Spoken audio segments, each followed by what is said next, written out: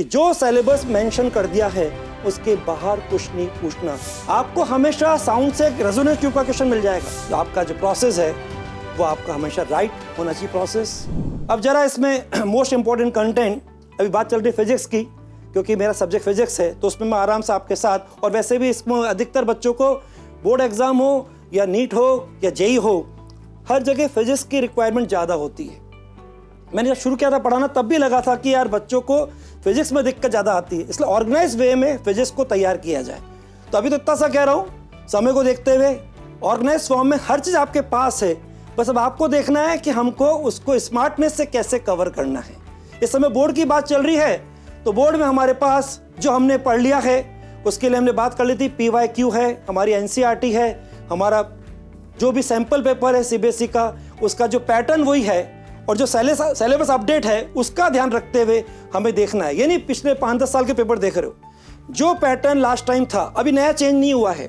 जो सिलेबस था जिस फॉर्म में वो तैयार है इस समय NCERT में रिड्यूस होकर अगर है तो आपको देखना चाहिए कहीं पे भी सिलेबस रिड्यूस हुआ है और नई NCERT अगर फॉर्मेट में आई है तो उसमें जो है उससे जुड़ा वही क्वेश्चन भले पिछले साल आया हो वो देखना है।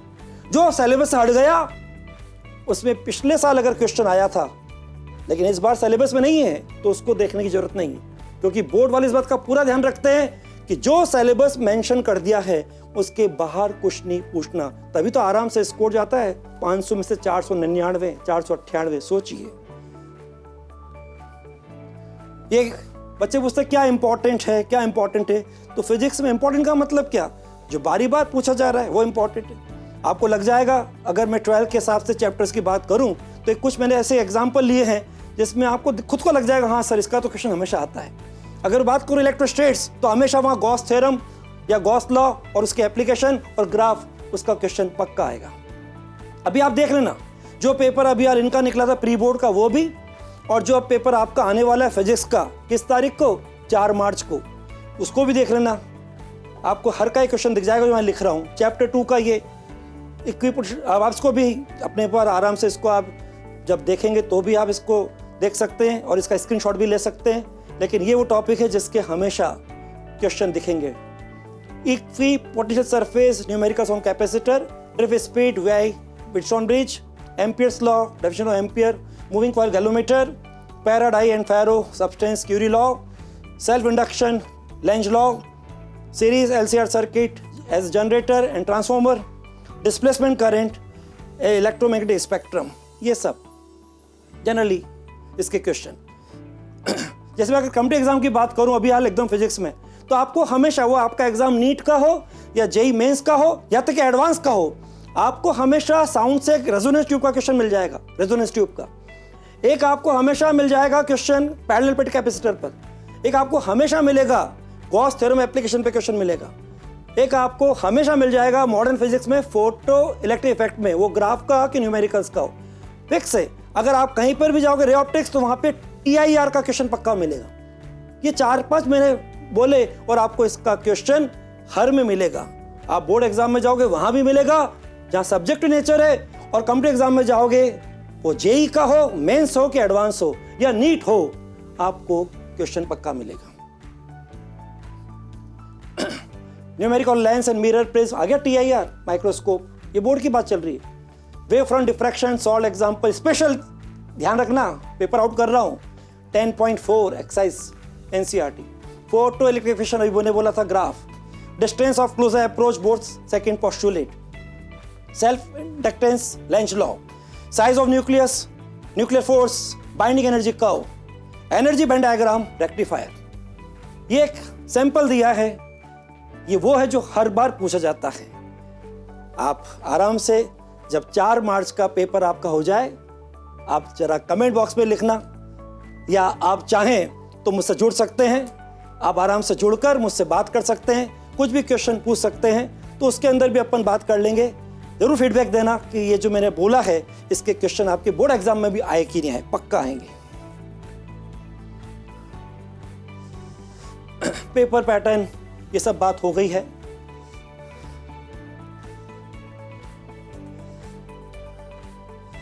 हाँ भाई, सबको चाहिए ना फुल में से फुल। 70 आपका थ्योरी पार्ट है और 30 मार्क्स प्रैक्टिकल है। हर को चाहिए, दिल मांगे मोर, यस मेरे को भी चाहिए, मैक्सिमम मांग यस 70, क्यों नहीं आ सकते? मना है क्या? क्यों नहीं आ सकते? सबके आ सकते हैं।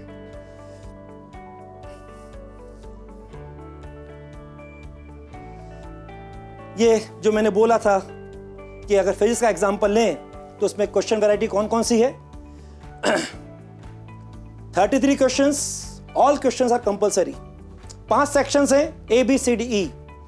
इसमें ए सेक्शन, इसके अंदर ऑल सेक्शन कंपलसरी, अंदर की सेक्शन में होगी चॉइस, इंटरनल होगी, नो डाउट। ए सेक्शन आपका वही जिसमें कहा था 16 क्वेश्चंस, बात फिजिक्स की चल रही है, 12 MCQ, 4 AR बेस्ड क्वेश्चन।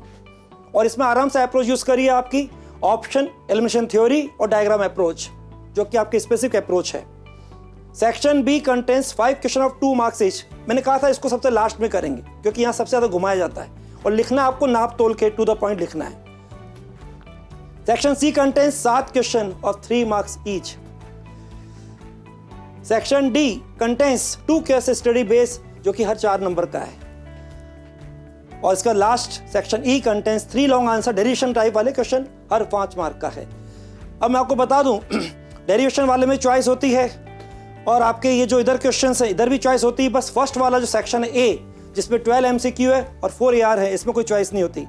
अब अगर इन 5 सेक्शन को बोलूं तो मेरा आपसे कहना है कि अगर फिजिक्स में आपको स्मार्टनेस से अपना स्कोर पूरा करना है तो आपको सबसे पहले सेक्शन ए करना चाहिए। मैं इसको दिखाता हूं अगली स्लाइड में। ये डिस्ट्रीब्यूशन कर दिया। सबसे ज्यादा वेटेज क्या दिख रहा है? न्यूमेरिकल्स, कंसेप्चुअल और यहाँ थ्योरी। बच्चों को एक डिफरेंस नहीं सर, कंसेप्चुअल थ्योरी में क्या डिफरेंस है? जैसे मैं आपसे बोलूं, थ्योरी का मतलब अगर आपने जो चीज बोल दी उसको मानना पड़ता है और कंसेप्ट को समझना पड़ता है। जैसे आपने बोला 2 लाइक चार्ज हैं, रिपल करेंगे, और 2 लाइक करंट है, अट्रैक्ट करेगी। अब यहां पे एक क्वेश्चन की बात आ रही है। अगर आपका क्वेश्चन बोर्ड में आता है, एक इलेक्ट्रॉन बीम एक प्रोटॉन बीम सेम डायरेक्शन में है। अब ये क्वेश्चन बोर्ड में आता है तो जवाब क्या? ये पुराना अनुभव बता रहा हूं। और यही क्वेश्चन अगर आपके कॉम्पिटिटिव एग्जाम जेईई मेंस में, नीट में आ जाए तो जवाब क्या? जब हम बोर्ड पे जाते हैं तो बोर्ड स्पेसिफिक जिस चैप्टर का उसी की बात करता है। तो जैसे बोला एक इलेक्ट्रॉन बीम एक प्रोटॉन बीम, तो उसको वहां कंसेप्ट लगे करंट के हिसाब से। अब electron beam proton beam same direction में है, यानी करंट क्या हो गई? ऑपोजिट, यानी कि अनलाइक करंट हो गई। अनलाइक करंट क्या करेगी? रिपेल करेगी। तो बोर्ड में इसका जवाब रिपेल ही जाएगा। लेकिन अगर हम जाते हैं कॉम्पिटिटिव एग्जाम में तो हमको मालूम है बारीकी से कि यहाँ तो ये बीम का मतलब चार्ज भी है। एक इलेक्ट्रॉन बीम नेगेटिव चार्ज, एक प्रोटॉन बीम पॉजिटिव चार्ज, दोनों क्या हो गए? Unlike nature charge. अनलाइक में क्या होगा? अट्रैक्शन। और हम जानते हैं फोर्स नो डाउट इलेक्ट्रोस्टैटिक नहीं होगा क्योंकि चार्ज इन मोशन है, इलेक्ट्रिक फोर्स होगा। लेकिन इलेक्ट्रिक फोर्स हमेशा जो करंट कंसेप्ट है मैग्नेटिक फोर्स है उससे डोमिनेट करता है। अब एज ए करंट बीम तो हो जाएगा, आपको मालूम है, अनलाइक करंट से रिपल्शन, लेकिन अनलाइक चार्ज के कारण हो जाएगा अट्रैक्शन। तो इलेक्ट्रिक फोर्स अट्रैक्शन नेचर का और मैग्नेटिक फोर्स रिपल्शन नेचर का। तो कॉम्पिटिटिव एग्जाम के हिसाब से क्योंकि इलेक्ट्रिक फोर्स डोमिनेट करता है मैग्नेटिक फोर्स से, इसे कुल मिला के फोर्स का नेचर हो जाएगा क्या? अट्रैक्शन। तो आपके बोर्ड में जवाब तो गया अनलाइक करंट के हिसाब से रिपल्शन, और कॉम्पिटिटिव एग्जाम के हिसाब से वो जेईई का हो कि नीट का हो, आंसर क्या गया? दोनों फोर्स को आपने एनालिसिस करके बोला कुल मिलाकर इलेक्ट्रिक फोर्स डोमिनेट करता है, इसलिए अट्रैक्शन। ये ध्यान रखना। इसे एक ऐसे क्वेश्चन याद आया, मान लो आपके 2 चार्ज बॉल हैं, लाइक नेचर है, उनमें रिपल्शन फोर्स हो रहा है, दोनों रेस्ट हैं, इलेक्ट्रोस्टैटिक रिपल्शन फोर्स है। अब अगर उसमें हम एक प्लास्टिक की, मान लीजिए एक कोई पन्नी रख दें, जैसे बोला पन्नी रख दी या प्लास्टिक को रख दें, जैसे बोला प्लास्टिक को रख दें और कुछ नहीं बोला तो वापस बोर्ड और कॉम्पिटिटिव एग्जाम पे आ जाओ आंसर के लिए। जैसे बोला प्लास्टिक को रख दें तो मान के चलेंगे वो प्लास्टिक पूरा मीडियम भर दिया, तो बोर्ड का जवाब जाएगा फोर्स विल बी डिक्रीज।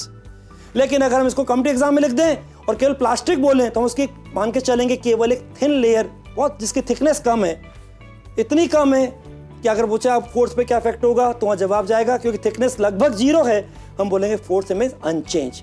ये दोनों क्वेश्चन आ चुके हैं बच्चों, इसलिए आपको यहाँ पे अलर्टनेस रखनी है, स्मार्टनेस रखनी है। अगर क्वेश्चन बोर्ड में आ रहा है तो इसका जवाब क्या देना है। बोर्ड में मान के चलना पूरा मीडियम प्लास्टिक से भर दिया बॉल के बीच में तो वो हो गया डिक्रीज, और जब कॉम्पिटिटिव एग्जाम में जा रहे हैं तो थिकनेस बहुत कम है, इसलिए इसको मान के चलेंगे फोर्स रिमेन्स अनचेंज। डेरिवेशन 17%, सबसे ज़्यादा वेटेज चल रहा है न्यूमेरिकल्स, और ये जो चल रहा है कंसेप्चुअल, इसी में वो क्वेश्चन 2 नंबर वाले ज़्यादा होते हैं, इसलिए वहाँ पे हमको टाइम प्रॉपर लग जाता है कि क्या लिखें, इसलिए इसको सबसे लास्ट में करें। ग्राफ डायग्राम पहले बता चुका हूँ आपको, हमेशा लेवलिंग करनी डायग्राम की, डिटेल करने हैं पूरा ढंग से, और ग्राफ के अंदर एक्सेस एक्स और वाई पर फिजिकल क्वांटिटी का नाम भी लिखना है और प्रॉपर उसकी यूनिट भी लिखनी है, और कहीं ग्राफ के अंदर एरो बनता हो तो एरो भी दिखाना पड़ेगा। ये मैंने को सिंबल बोल दिए, कंसेप्चुअल, ग्राफ, न्यूमेरिकल, डेरिवेशन, इस तरह से इनको लेके हम अगर फिजिक्स में बात करें तो 2 सिंबल यहाँ पे लिखा है। अगर यहाँ पे स्टार आ रहा है तो वहाँ पर वो इंटरनल चॉइस है, और अगर कहीं पे केवल डैश आ रहा है इसका मतलब उस यूनिट में, फिजिक्स में एनसीईआरटी में यूनिट कितनी है वो दिख जाएगी, उसमें चैप्टर कितने हैं। तो जहाँ भी 2 चैप्टर है तो सेकंड चैप्टर से अगर क्वेश्चन आ रहा है तो उसको हमने यहाँ ब्लू से सिंबल दिया है।